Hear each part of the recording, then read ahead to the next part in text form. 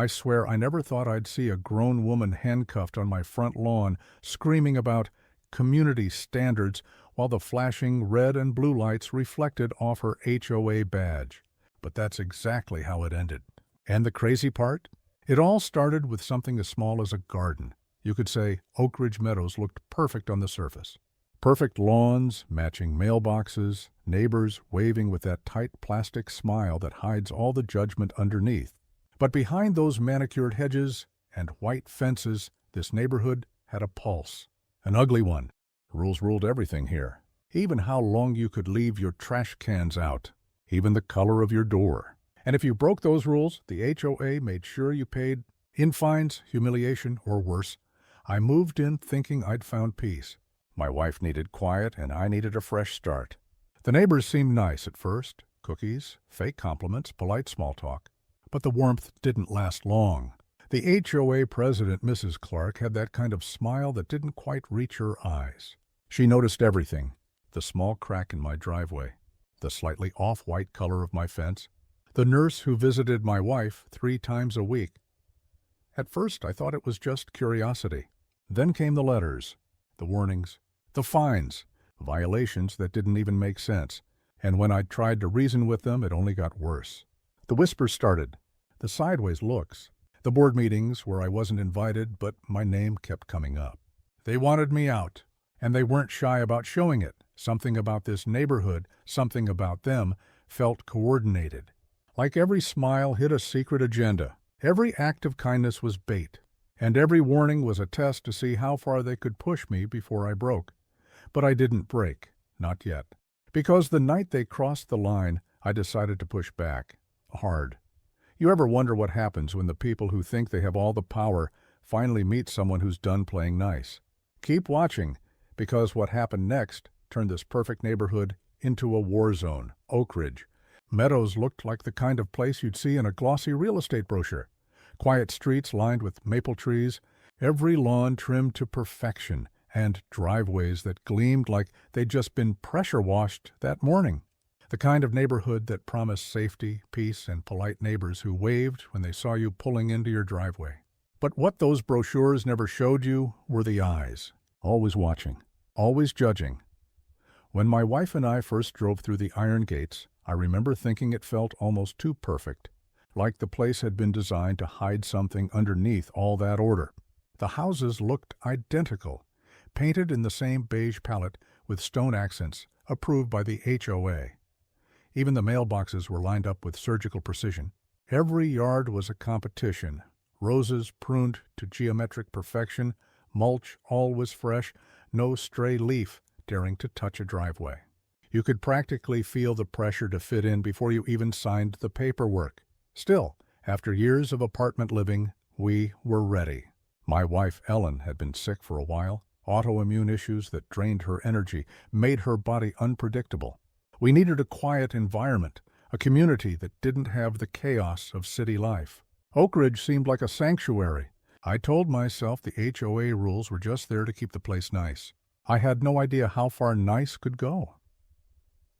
The day we moved in, a small welcome committee appeared at our door before the movers had even finished unloading.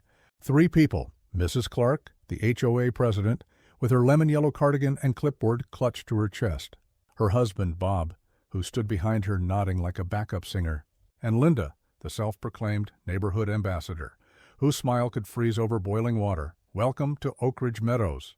Mrs. Clark had said, her voice dripping with that sugary cheerfulness that sounded practiced. We like to keep things orderly around here.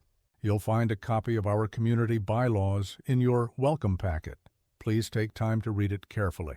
Most people don't, and then, well, misunderstandings happen. The way she said misunderstandings made my stomach twist. But Ellen, ever the peacemaker, smiled and thanked her. Of course, we'll make sure we follow the rules. Wonderful, Mrs. Clark said, scribbling something on her clipboard. We have our first community meeting next Tuesday at the clubhouse. Attendance isn't mandatory, but it's highly encouraged. We like to keep everyone connected. The way she paused before that last word made it sound less like an invitation and more like surveillance. For the first few weeks, things were calm. Ellen planted lavender along the walkway. I worked remotely from my home office, where the view overlooked the cul-de-sac. Every morning, I'd see the same routine, Bob Clark walking his dog with military precision at exactly 6:45 a.m., Linda jogging in her matching pink outfit, and old Mr. Jenkins sweeping his driveway even when it didn't need sweeping. It was all so rehearsed, it started to feel unnatural. The first real crack in the perfection showed up in the form of a letter. A neatly folded notice taped to my front door. "Oh, violation, trash cans visible from the street." I stared at it confused. My bins were by the garage where everyone else's were. I looked around the cul-de-sac. Every house had theirs in the same spot. But sure enough, there was Mrs. Clark across the street, pretending to water her plants while eyeing me over the hedge. I moved the bins inside the garage. No big deal. But a week later, another letter. "Violation, lawn height exceeds HOA standard." That one stung. I just mowed the lawn 2 days before. I checked again, tape measure in hand. 2.5 inches, right within the limit stated in the packet. Still, I trimmed it again, sweating under the afternoon sun. I told myself it was just a misunderstanding, but it wasn't. The third notice came with a fine, $50 for unapproved exterior modification. Apparently, the small wooden planter Ellen had set on the porch was not in compliance with neighborhood aesthetic guidelines. It was a plain planter, light brown, not flashy. I'd seen Linda's yard full of garden ornaments, solar lights, wind chimes, even a flamingo statue. So why was ours a problem? That's when I started to realize it wasn't about the planter. It was about control. The following week, we attended the community meeting. The clubhouse looked like something out of a retirement brochure. Beige walls, motivational posters about unity, and the faint smell of lemon disinfectant. Mrs. Clark sat at the front table, flanked by the other board members. Beside her was Mark Jensen, the HOA's treasurer, a balding man with a smirk that made him look perpetually amused by everyone else's problems. And next to him was Tracy Miller, the secretary, who typed every word Mrs. Clark spoke like it was gospel. When it was time for open discussion, I brought up the violation letters. I was polite, calm. I asked for clarification on the standards and why our planter was considered a problem. Mrs. Clark gave that same rehearsed smile. "Oh, Mr. Dawson, we're so glad you care about our community guidelines. It's just that your planter doesn't quite match the approved earth tone palette outlined in Section 4, subsection B." "Earth tone?" I said. "It's light brown." "Yes, but more of a natural wood tone is recommended. Yours leans slightly yellow." There was laughter from a few people in the back. My face flushed, but I forced a nod. "I'll take care of it." After the meeting, as Ellen and I were leaving, Linda approached us. She leaned in, lowering her voice. "A little advice? Don't challenge the board. It never ends well for anyone who does." The way she said it sent a chill straight through me. From that moment, I noticed everything differently. The way Mrs. Clark's car slowed whenever she passed our house. The way the maintenance crew mysteriously skipped mowing near our property line. The way the neighbors stopped waving. A few nights later, around 10 p.m., I saw headlights outside.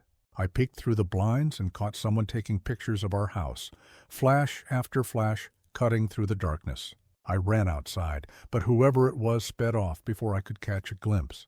The next morning, another letter. "Violation, unauthorized overnight visitor vehicle." I didn't even have visitors that night. Ellen started losing sleep. Every noise outside made her jump. She said she felt watched, and I couldn't argue with her. One afternoon while her nurse was visiting, Mrs. Clark walked straight up to our porch and started taking notes on her clipboard. "Can I help you?" I asked, stepping outside. "Oh, just routine inspection," she said, her smile thin as a blade. "We've had reports of a non-resident vehicle parking here regularly." "She's a registered nurse," I snapped.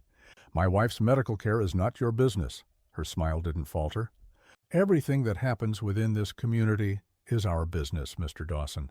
That's how we keep things in order." When she walked away, I felt something shift inside me. Something tight, like a spring winding up. Over the next month, it escalated. Notices turned into fines. Fines turned into threats of liens. Ellen's health declined under the constant stress. I tried contacting the HOA management company, but they only redirected me back to the board.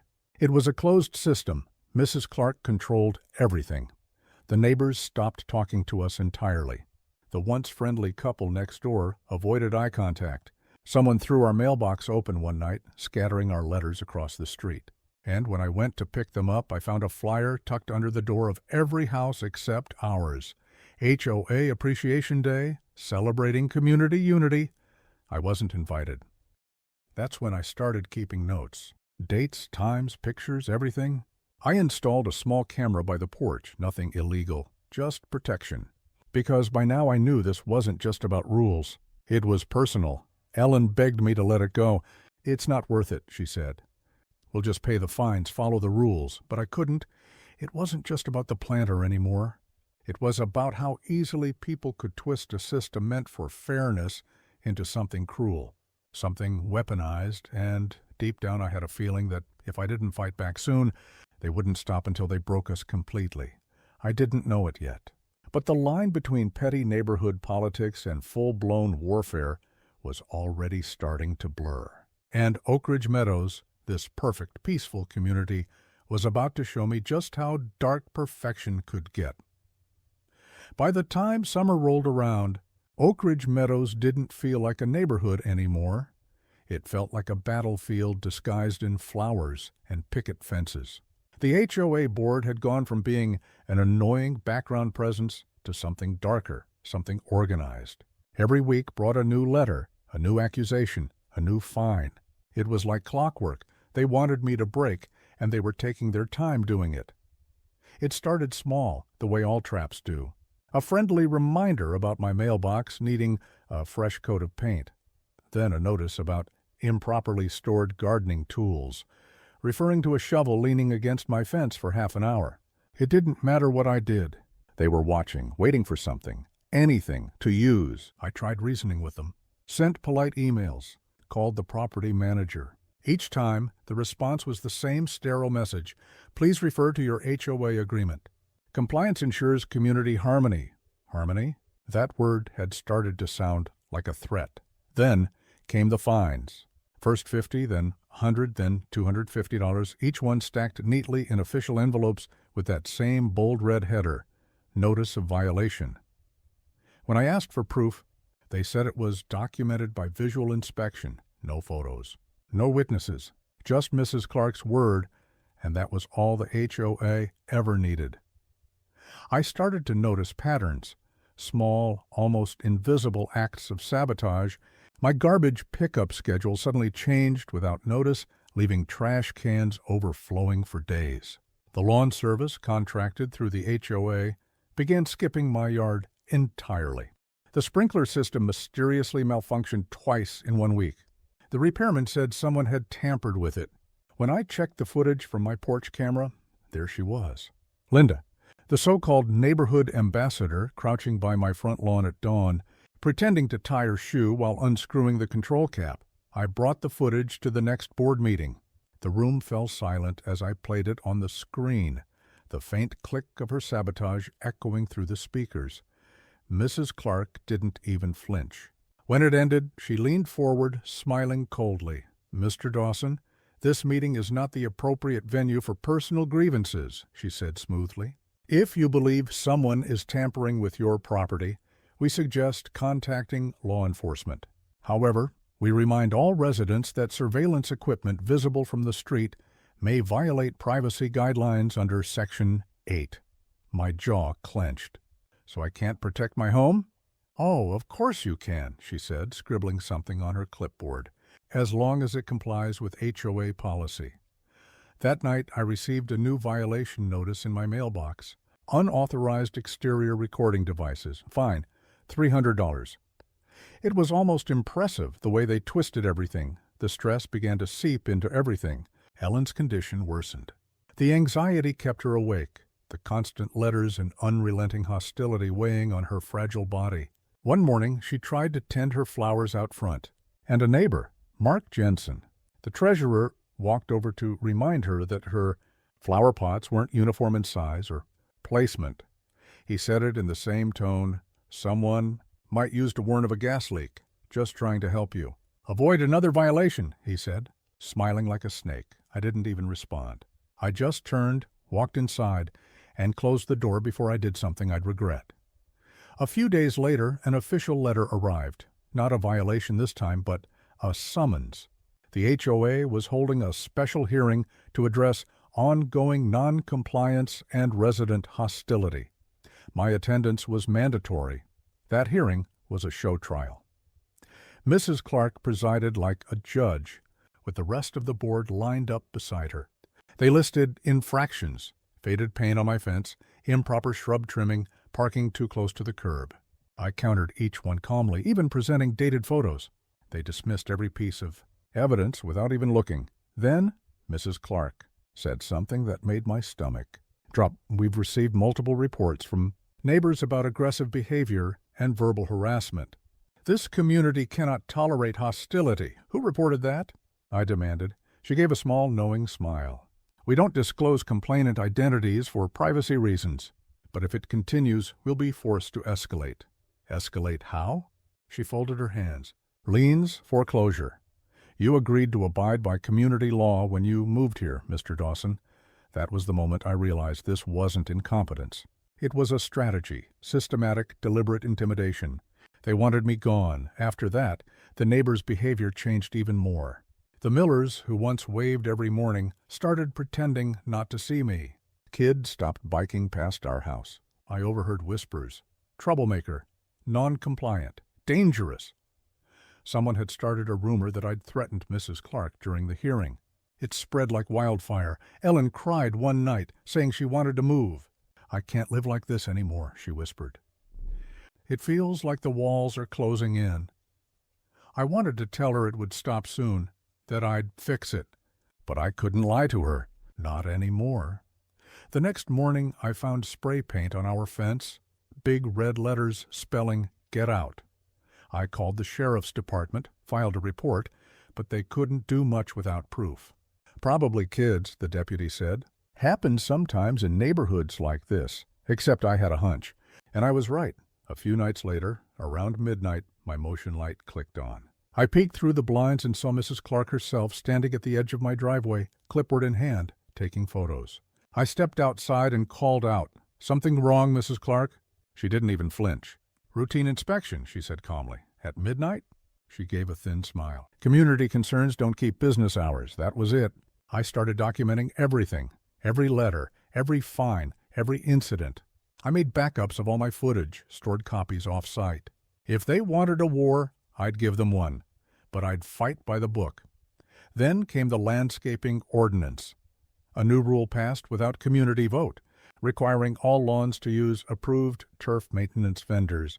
Conveniently, the approved vendor was owned by Mrs. Clark's brother-in-law. Service cost? Triple the usual rate. Refusal to comply? $500 fine per month. I wasn't the only one furious. Whispers started spreading. Some residents complained quietly, but most were too scared to speak up. "You'll just make it worse," one man told me. "They'll bury you in violations." And they did, HOA claimed my new porch light was too bright. They fined me for leaving my recycling bin on the curb for more than 12 hours. They said my house, number font was unauthorized. They even accused me of unapproved external painting after I touched. Up a small scratch on my front door. Every week brought another envelope. Another line crossed, but I wasn't the only target anymore. A young couple down the street, the Hernandezes, received fines for children's toys visible from the street. A widow named Mrs. Patel was forced to repaint her shutters because they clashed with neighborhood color cohesion. People started whispering about a recall vote, but those voices vanished just as quickly as they appeared. Then came the most absurd letter yet, a citation for unauthorized medical personnel presence. It referred to Ellen's nurse, the same nurse who'd been visiting twice a week since we moved in. I called the management company immediately. "This is harassment," I said. "We understand your frustration," the representative replied, her tone robotic. "However, your HOA retains authority over visitor access and community aesthetics." "Aesthetics?" "She's a nurse." "I'm sorry, sir, but unless she's listed as an approved service provider, you may be subject to additional fines." That was the moment something inside me snapped. I went to the courthouse and pulled the HOA's public filings, their budget reports, their bylaw amendments. What I found made my blood run cold. Mrs. Clark had been quietly approving administrative reimbursements to herself and her husband for community management duties, nearly $40,000 over the last 2 years. Illegal, if proven. I knew I had to be careful. But when people have power for too long without accountability, they start to believe they're untouchable. The next HOA meeting was packed, more residents than I'd ever seen. I stood up and read from the documents calmly and clearly. Gasps filled the room. Mrs. Clark turned crimson, then icy white. "That information is taken out of context," she said quickly. I held up the papers. "Then explain why your reimbursements exceed the entire landscaping budget for last year." The room erupted. People started shouting. Board members tried to quiet the crowd, but it was too late. The curtain had slipped. 2 days later, a certified letter arrived. The HOA was suing me. Defamation, harassment, and disruption of community order. They demanded $25,000 in damages. I stared at the papers, hands trembling.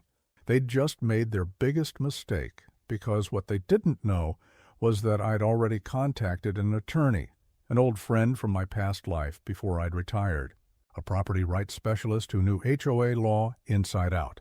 Together we started building a case. Illegal fines, misuse of funds, selective enforcement, harassment, retaliation. And thanks to my meticulous documentation, I had proof of everything. But while the legal wheels turned, the harassment reached its peak. Someone slashed my car tires. My security cameras were ripped off the wall. Ellen woke up one night to find our porch covered in dead flowers, an ugly, mocking gesture. The next morning, Mrs. Clark walked by, paused, and said, "So sorry about your vandalism. You really should consider better lighting." That was the last straw. I filed a restraining order, reported every incident to the sheriff, sent formal complaints to the State Housing Authority. And when I showed up in court to face the HOA's lawsuit, I wasn't nervous. Not anymore, because what they didn't realize, not yet, was that everything they'd done had built the perfect case against them. Every petty rule, every midnight photo, every absurd fine, all of it painted a picture not of order, but obsession. In the courtroom that day, Mrs. Clark sat with her lawyer, whispering furiously. But I stayed calm, steady, deliberate. When the judge asked for my defense, I handed over my files, the letters, the videos, the proof of financial misconduct. The judge's expression shifted from skepticism to shock as she flipped through page after page. And as Mrs. Clark's smile faded, I couldn't help but think this was never about grass height or paint color. It was about control, power, the kind people cling to so tightly they destroy themselves trying to keep it. The ruling wouldn't come that day.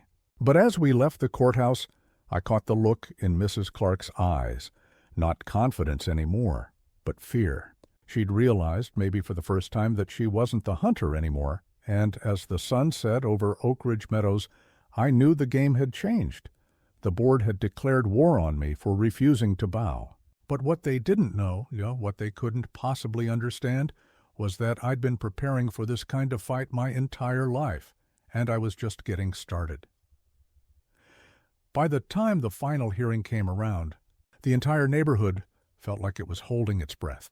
Word had spread fast, faster than anyone could control it. The HOA board, once feared and untouchable, had turned into the most hated group in the subdivision. And right at the center of it all stood Mark, the man they'd tried to crush, the homeowner they thought they could break. The morning of the confrontation was eerily quiet. Clouds hung low over Crestwood Estates, heavy and gray, like the sky itself was waiting for something to explode. Mark sat in his driveway, his hands gripping the steering wheel, his heart pounding so hard it echoed in his ears. For months they'd fined him, humiliated him, and tried to strip away everything he'd worked for. But today he wasn't coming to beg or defend himself. He was coming to end it. He'd spent sleepless nights preparing. His evidence, a thick, organized binder filled with photos, emails, recordings, and sworn statements, sat on the passenger seat beside him. Every page was a piece of their corruption: secret fines, fraudulent expenses, HOA funds used for personal vacations, even an illegal kickback from a landscaping company. He had it all. As he pulled up to the clubhouse, he could already see the small crowd gathered out front. Neighbors whispered, eyes darting between Mark's truck and the board members standing near the doors. Karen, the HOA president, stood tall, arms crossed, her perfect posture like a soldier ready for battle. Her smile was tight, artificial, like she knew what was coming but refused to show weakness. Behind her were the others, Todd, the treasurer, who looked like he hadn't slept, and Cheryl, the secretary, clutching her clipboard so hard her knuckles turned white. When Mark stepped out, everything went silent. Even the birds seemed to stop. "Morning," he said calmly, locking his truck. "You all ready for this?" Karen's eyes narrowed. "You've wasted enough of everyone's time, Mark. This meeting is a formality." "The board has already voted on your violations," Mark just smiled. "Oh, I know. But see, I've got something to add to the agenda." He walked past her, his boots crunching against the gravel. Inside, the meeting room was full. Homeowners, reporters, even a local councilman had shown up after hearing whispers of corruption. The atmosphere was electric, tense, dangerous. Karen started the meeting with her usual polished arrogance. "We're here to finalize the foreclosure notice on Mr. Henson's property, as he's failed to comply with the community's aesthetic standards and payment deadlines." "Actually," Mark interrupted, his voice steady, "before you go any further, I'd like to submit some evidence for the record." The room stirred. Karen shot him a glare that could cut glass. "You're out of order." Mark ignored her. He opened his binder and pulled out a stack of documents, laying them on the table one by one. "Here's an email from you authorizing a $7,000 maintenance reimbursement, which, funny enough, went straight to your husband's account. Here's another, approving a landscaping contract with Greenway Services, owned by your brother-in-law. And this," he said, holding up a photo, "is you and Todd in Las Vegas, paid for using HOA funds marked as community outreach." Gasps rippled through the room. Phones came out. Someone started recording. Karen's mask cracked. "You can't just—" "I'm not done," Mark cut in sharply. His voice had power now, the quiet rage of a man pushed too far for too long. "Here's the best part: audio recordings. Meetings where fines were voted on before homeowners even received violation notices. You planned the punishments in advance. You targeted people who didn't bow down to you." He hit play on his phone. Karen's voice filled the room, sharp and unmistakable. "If we keep the pressure on him, he'll either move out or give up the fight.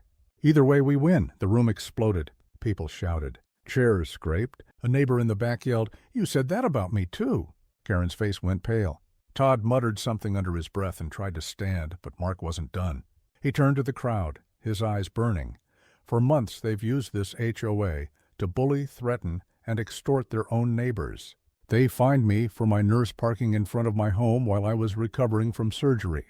They tried to take my house, not because of weeds or paint color, but because I refused to bend to them. But I kept every message, every email, every receipt. And I'm not the only one." Several homeowners stood up, nodding. One of them, Mrs. Rivera, held up her own folder. "I have proof, too." And then another, and another. Within minutes, the table was covered with stacks of evidence from across the community. Forged violation notices, falsified budgets, even personal vendettas written in official memos. Karen tried to speak, but the noise drowned her out. The once powerful president of Crestwood Estates was cornered, trapped by her own arrogance. The police entered the room just as she was shouting for order. They'd been waiting outside, notified earlier by an anonymous tip. Mark's tip. "Ma'am," one officer said calmly, "we have a warrant for your arrest. You're being charged with fraud and embezzlement of HOA funds." The entire room froze. Karen's jaw dropped, her eyes darting wildly as if she could talk her way out. "This is ridiculous. You can't—" But the cuffs clicked around her wrists before she could finish. Todd backed away, muttering something about a misunderstanding, but another officer stopped him. Cheryl broke down crying, dropping her clipboard. The empire they'd built on intimidation had just crumbled, and Mark was standing right in the center of the wreckage, watching it all fall as Karen was led out of the room. She turned to glare at Mark. "You think you've won?" she hissed. "You don't know what you've started." Mark stared right back. "Yeah," he said quietly. "A new beginning." The officers guided her through the crowd as phones recorded every second. The neighbors she'd once lorded over now stared at her like she was a stranger. Some cheered, others whispered. The meeting adjourned in chaos, but for Mark, it was over. Months of fear, anger, and humiliation melted into a strange mix of relief and disbelief. He walked outside, feeling the cold air hit his face like a cleansing breath. But even as he stood there, watching the flashing lights fade down the street, he knew this wasn't just about him. It was bigger, about power, control, and what happens when ordinary people fight back against the system meant to keep them silent. Later that night, Mark sat on his porch sipping a beer as the neighborhood slowly came back to life. Someone mowed their lawn. Kids played basketball down the street. For the first time in months, it felt like home again. His phone buzzed nonstop. Reporters, neighbors, even old friends he hadn't spoken to in years. Everyone wanted to know how he did it. He just smiled and replied the same way every time. Never back down when you know you're right. The following weeks were a whirlwind. News stations ran the story nonstop. HOA president arrested in corruption scandal. The state attorney's office launched an investigation. Homeowners across the country started digging into their own associations. Mark's name became a rallying cry online, a symbol of standing up to bullies hiding behind bylaws. And while he didn't seek fame, he couldn't deny the satisfaction that came with it, because in the end, it wasn't just about his house. It was about reclaiming dignity, proving that even one person, when pushed to the edge, can turn the whole game upside down. And as the sun set over Crestwood Estates, painting the houses gold and red, Mark leaned back in his chair and whispered to himself, "They tried to take everything from me, but they forgot one thing: I don't break." The wind rustled through the trees. Somewhere in the distance, a for sale sign creaked. The neighborhood would never be the same again. The days after the HOA hearing felt like the aftermath of a storm. Not just any storm, but the kind that ripped through the center of town and left everyone standing in the debris, blinking in disbelief. Crestwood Estates, once a quiet, rule-obsessed neighborhood where everyone whispered behind manicured hedges, was suddenly alive with noise, opinions, and change. The silence that had been built out of fear was gone, replaced by something louder, messier, and real. News trucks had parked along the entrance for 2 days straight.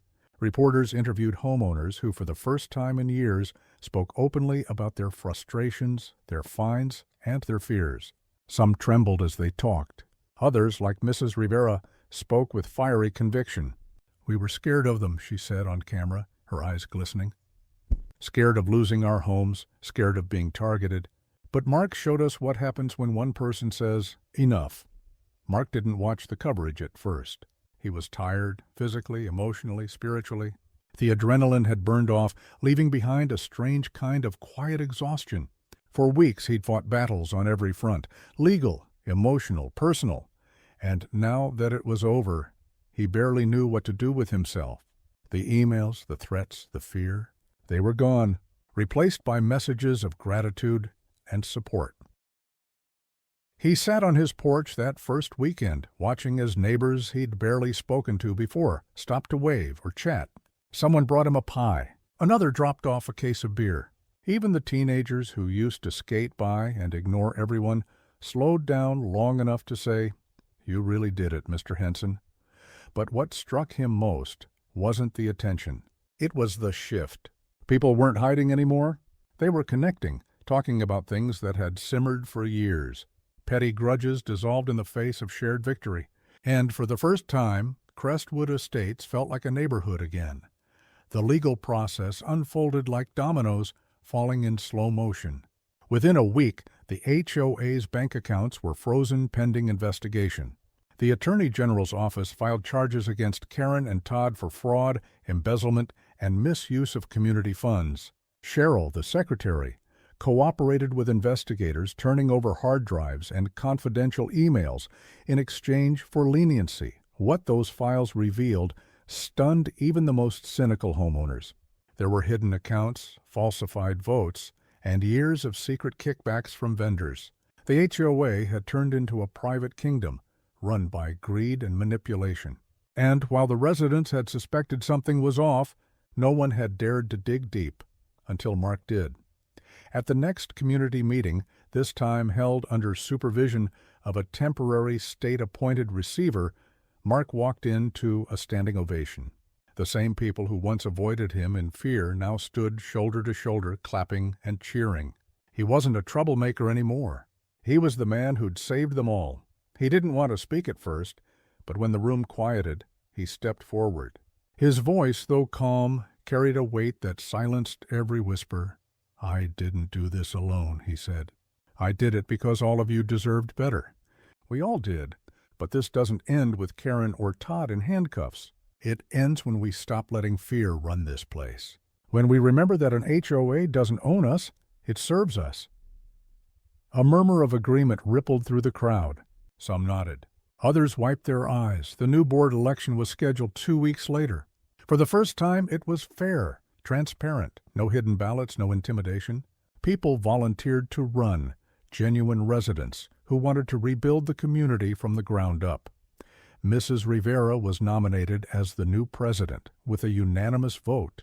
Mark declined a position, saying simply, "I think I've had enough politics for one lifetime." But everyone knew his influence would never fade. When the dust settled, the state dissolved the original HOA charter entirely. A new governing body was formed, smaller, community-based, with direct oversight from residents.